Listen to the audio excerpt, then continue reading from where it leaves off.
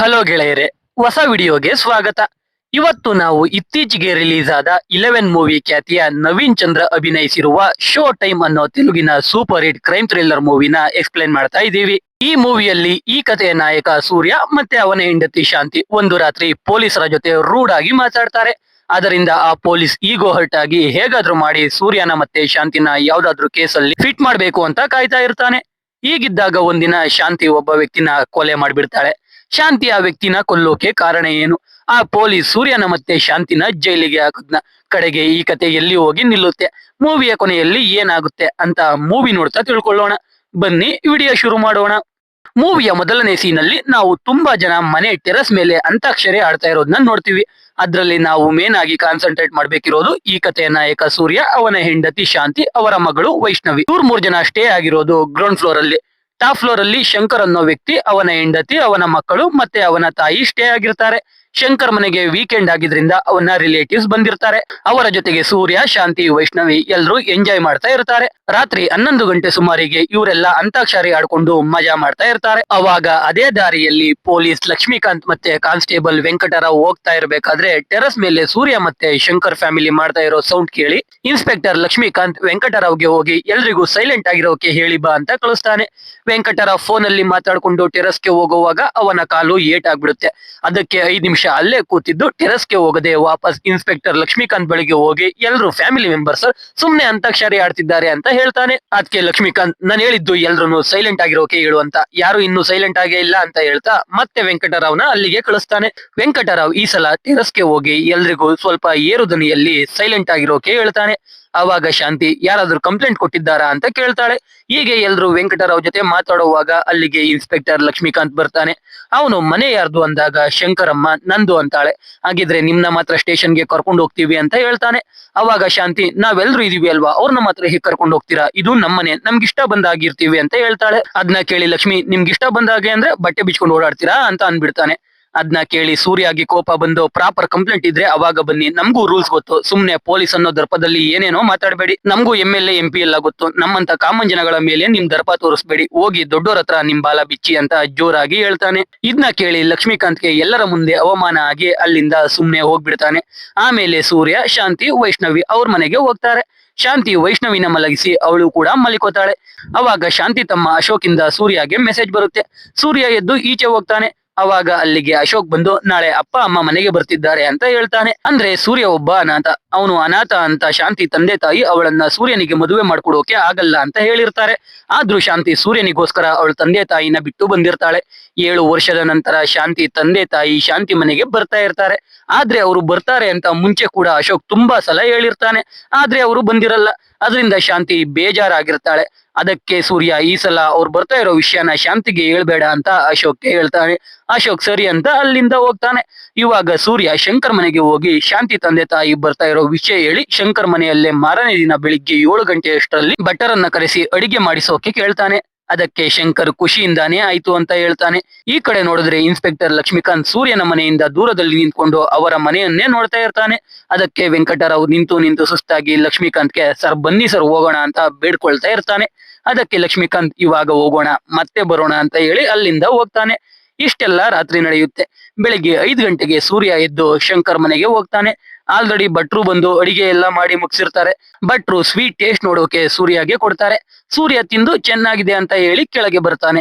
ಅವಾಗ ಪೇಪರ್ ಹಾಕೋ ಹುಡುಗ ಸೂರ್ಯ ಬಳಿ ರಾತ್ರಿ ಕಾಲೋನಿಯಲ್ಲಿ ಯಾವ್ದಾದ್ರು ಗಲಾಟೆ ಆಯ್ತಾ ಅಂತ ಕೇಳ್ತಾನೆ. ಸೂರ್ಯ ಯಾಕೆಂದ್ರೆ ಪೊಲೀಸರು ಇಲ್ಲಿರೋ ಜನಗಳ ಬಗ್ಗೆ ವಿಚಾರಿಸ್ತಾ ಇದ್ರು ಅಂತ ಹೇಳ್ತಾನೆ. ಸೂರ್ಯ ಅದನ್ನ ಕೇಳಿ ಗಾಬರಿ ಆಗೋಗ್ತಾನೆ.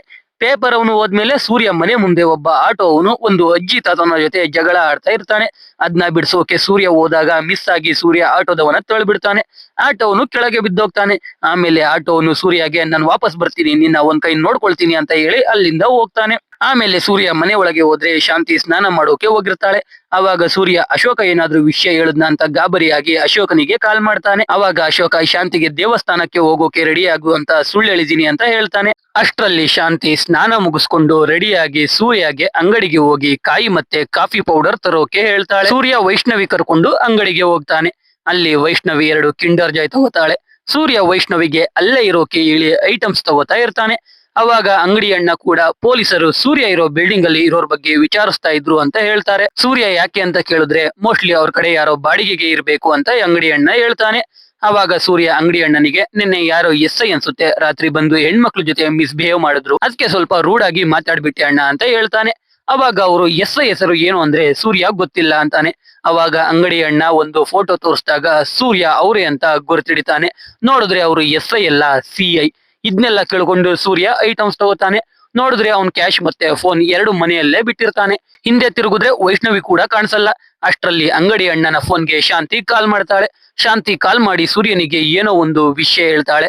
ಅದನ್ನ ಕೇಳಿ ಸೂರ್ಯ ಗಾಬರಿಯಾಗಿ ಮನೆಗೆ ಓಡೋಗ್ತಾನೆ. ನೋಡಿದ್ರೆ ಮನೆ ಒಳಗೆ ಒಬ್ಬ ವ್ಯಕ್ತಿ ಬಿದ್ದಿರ್ತಾನೆ. ಸೂರ್ಯ ಏನಾಯ್ತು ಅಂತ ಶಾಂತಿನ ಕೇಳ್ತಾನೆ. ಅವಳು ವೈಷ್ಣವಿ ಮನೆ ಹತ್ರ ಬಂದ್ಲು. ಅವಾಗ ಈ ವ್ಯಕ್ತಿ ಅವಳ ಕತ್ತಲ್ಲಿದ್ದ ಚೈನ್ ಕಿತ್ಕೋತಿದ್ದ. ನಾನು ಅವನ್ ಕಾಲಲ್ಲಿ ಹಿಡ್ಕೊಂಡು ಹೇಳ್ದೆ ಅಷ್ಟೇ ಅಂತ ಹೇಳ್ತಾಳೆ. ಸೂರ್ಯ ಆ ವ್ಯಕ್ತಿ ಉಸಿರಾಡ್ತಾ ಇದ್ದಾನ ಅಂತ ಚೆಕ್ ಮಾಡಿದ್ರೆ ಆ ವ್ಯಕ್ತಿ ಸತ್ತೇ ಹೋಗಿರ್ತಾನೆ. ಸೂರ್ಯ ಗಾಬರಿ ಆಗೋಗ್ತಾನೆ. ಶಾಂತಿ ಅಂತೂ ಇನ್ನೂ ಗಾಬರಿ ಬಿದ್ದೋಗ್ತಾಳೆ. ಸೂರ್ಯ ಶಾಂತಿನ ಸಮಾಧಾನ ಮಾಡಿ ಮನೆ ಡೋರ್ ಕಿಟಕಿ ಎಲ್ಲಾ ಕ್ಲೋಸ್ ಮಾಡ್ಕೊಂಡು ವೈಷ್ಣವಿನ ಹೋಗಿ ಮಾತಾಡಿಸ್ತಾನೆ. ಆದ್ರೆ ವೈಷ್ಣವಿ ಗಾಬರಿಯಲ್ಲಿ ಏನನ್ನು ಮಾತಾಡೋದೇ ಇಲ್ಲ.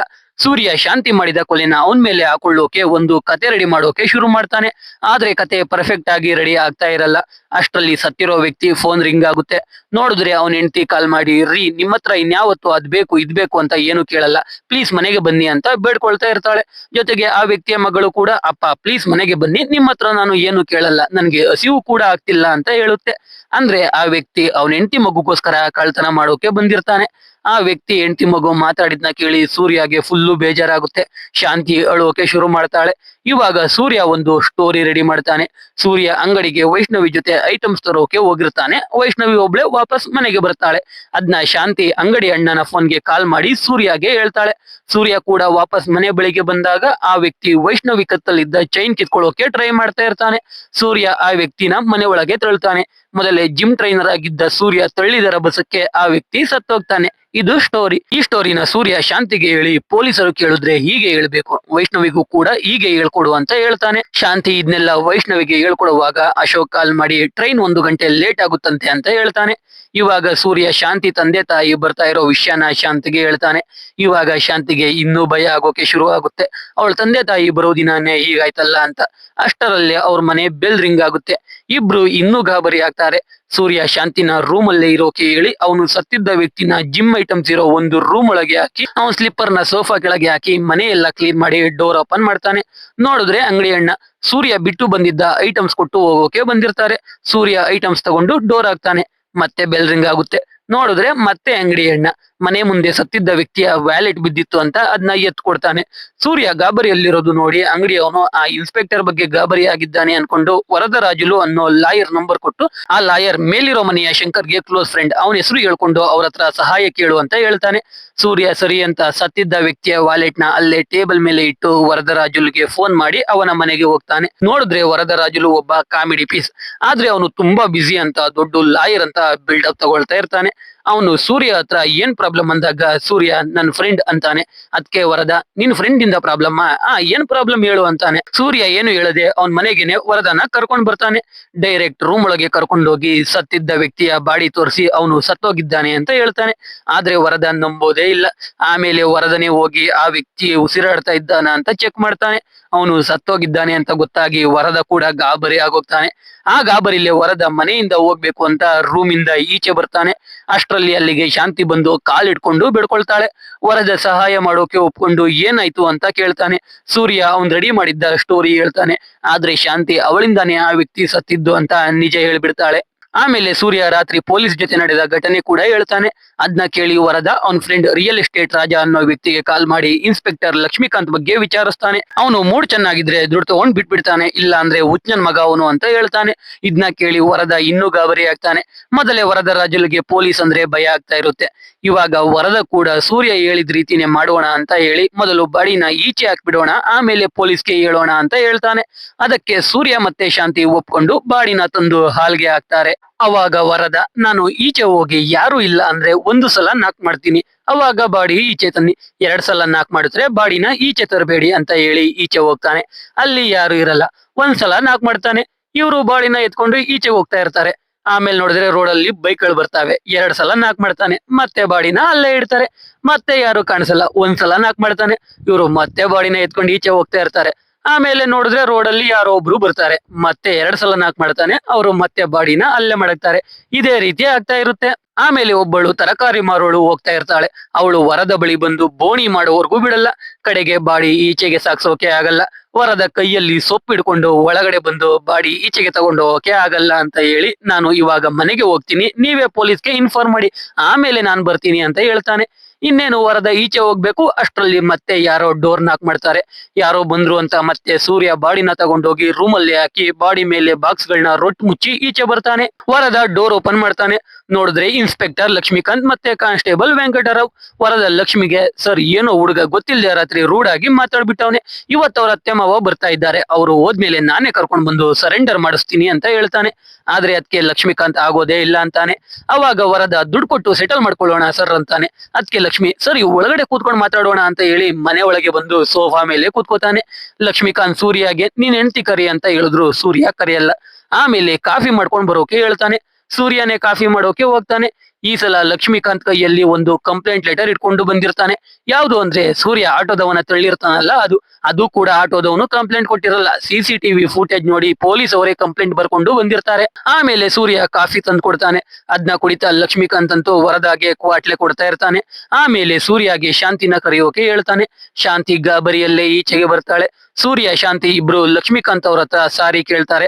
ಆದ್ರೂ ಲಕ್ಷ್ಮೀಕಾಂತ್ ಬಿಡೋ ತರ ಇರಲ್ಲ. ಅವನು ಎದ್ದು ಸೂರ್ಯ ಬಳಿಗೆ ಹೋಗಿ, ನಿನ್ ಹೆಂಡತಿಗೆ ಏನಾದ್ರೂ ಕಾಂಪ್ಲಿಮೆಂಟ್ ಕೊಡ್ಬೇಕಲ್ಲ ಅಂತ ಹೇಳ್ತಿರ್ತಾನೆ. ಸೂರ್ಯಗೆ ಕೋಪ ಬಂದು ಲಕ್ಷ್ಮೀಕಾಂತ್ಗೆ ಹೊಡೆದ್ಬಿಡ್ತಾನೆ. ಅಷ್ಟೇ, ಲಕ್ಷ್ಮೀಕಾಂತ್ ಸತ್ತೇ ಹೋಗ್ತಾನೆ. ಆದ್ರೆ ಅದೆಲ್ಲ ಬರೀ ಸೂರ್ಯ ಊಹೆ ಮಾಡ್ಕೊಳ್ತಾ ಇರ್ತಾನೆ ಅಷ್ಟೇ. ಅಷ್ಟರಲ್ಲಿ ವೈಷ್ಣವಿ ಅಮ್ಮ ಅಂತಾಳೆ. ಸೂರ್ಯ ಮತ್ತೆ ಶಾಂತಿ ಇಬ್ರು ರೂಮ್ ಒಳಗೆ ಹೋಗ್ತಾರೆ. ವರದ ಕೂಡ ವಾಶ್ರೂಮ್ಗೆ ಹೋಗ್ಬೇಕು ಅಂತ ಸೂರ್ಯ ರೂಮ್ಗೆ ಹೋಗಿ ಅವನ ಜೊತೆ ಮಾತಾಡ್ತಾ ಇರ್ತಾನೆ. ಲಕ್ಷ್ಮೀಕಾಂತ್ ವರದನ ಈಚೆಗೆ ಕರೀತಾನೆ. ವರದ ಈಚೆ ಬರ್ತಾನೆ. ಲಕ್ಷ್ಮೀಕಾಂತ್ ಕೂಡ ವಾಶ್ರೂಮ್ಗೆ ಹೋಗ್ಬೇಕು ಅಂತ ಬಾಡಿ ಇದ್ದ ರೂಮ್ಗೆ ಹೋಗ್ತಾನೆ. ಆದ್ರೆ ಹೇಗೋ ಅವನು ಬಾಡಿ ನೋಡಲ್ಲ. ಲಕ್ಷ್ಮೀಕಾಂತ್ ಈಚೆ ಬಂದು ಸೆಟಲ್ಮೆಂಟ್ ಮಾಡ್ಕೊಳ್ಳೋಕೆ ರೆಡಿ ಆಗ್ತಾನೆ. ಅಷ್ಟರಲ್ಲಿ ಮತ್ತೆ ಡೋರ್ ನಾಕ್ ಆಗುತ್ತೆ. ವರದರಾಜುಲು ಹೋಗಿ ಡೋರ್ ಓಪನ್ ಮಾಡಿದ್ರೆ ಇವಾಗ ಶಂಕರ ಬಂದಿರ್ತಾನೆ. ಅವನು ಸುಮ್ನೆ ಇರದೆ ವರದರಾಜುಲ್ನ ನೋಡಿ, ನಿನ್ನೆ ರಾತ್ರಿ ನೀವ್ ಇರ್ಬೇಕಾಯ್ತು, ಸೂರ್ಯ ಪೊಲೀಸ್ನೇ ಗಡಗಡ ಅಂತ ನಡುಗಿಸ್ಬಿಟ್ಟ ಅಂತ ಹೇಳ್ತಾ ಇರ್ತಾನೆ. ಅದನ್ನ ಕೇಳಿಸ್ಕೊಂಡು ಲಕ್ಷ್ಮೀಕಾಂತ್ ಶಂಕರನ ಕರೆದು ಸಾರಿ ಕೇಳೋಕೆ ಹೇಳ್ತಾನೆ. ಎಲ್ರು ಸಾರಿ ಕೇಳ್ತಾರೆ. ಆದ್ರೆ ರಾತ್ರಿ ಇದ್ದ ಎಲ್ರು ಸಾರಿ ಕೇಳ್ಬೇಕು ಅಂತ ಹೇಳಿ ಲಕ್ಷ್ಮೀಕಾಂತ್ ಶಂಕರ್ ಮನೆಯ ಎಲ್ರು ಕರೆಸ್ತಾನೆ.